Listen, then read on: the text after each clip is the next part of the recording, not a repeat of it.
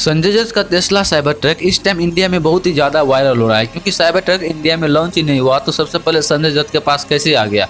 अब देखो, इस साइबर ट्रक को संजय दत्त ने दुबई से इंपोर्ट कराया है। दुबई में इस साइबर ट्रक की वैल्यू 4,60,000 दिरहम है, जो कि इंडियन रुपीज में अराउंड 1,15,00,000 रुपये होते हैं। क्योंकि संजय दत्त ने इस ट्रक को इंडिया में इंपोर्ट कराया है, जिसके लिए उसने 110% की इंपोर्ट ड्यूटी पे की है, जो कि होती है 1,26,00,000 रुपये।